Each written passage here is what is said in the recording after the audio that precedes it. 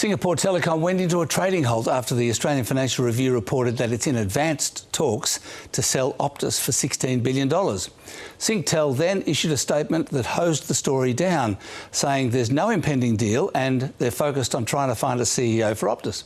But they didn't exactly deny that the business is up for sale. So watch this space. Meanwhile, on the local share market today, the banks hit an air pocket and their passengers hit the ceiling.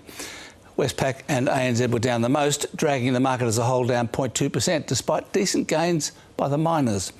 Also, the rare earths developer Arafura Minerals jumped 76% after revealing that the federal government is going to lend the company $500 million to develop its project in the Northern Territory. Back to the banks, and today's falls are hardly surprising because since the end of November, they'd rallied 20% in a straight line, outperforming even the high-flying US Nasdaq, which took the relative valuation of the banks to the level at which noses usually bleed, analysts say sell, and investors comply, which is what happened today. The US market also fell 0.2% last night.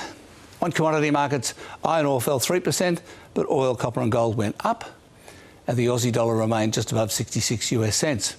Now, the global chocolate crisis is getting worse, with the cocoa price hitting new highs and several major plants closing in Ivory Coast and Ghana because they can't afford to buy the cocoa.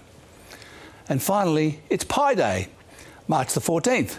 So here's a pie chart of the approval ratings of the two US presidential candidates, Donald Trump and Joe Biden.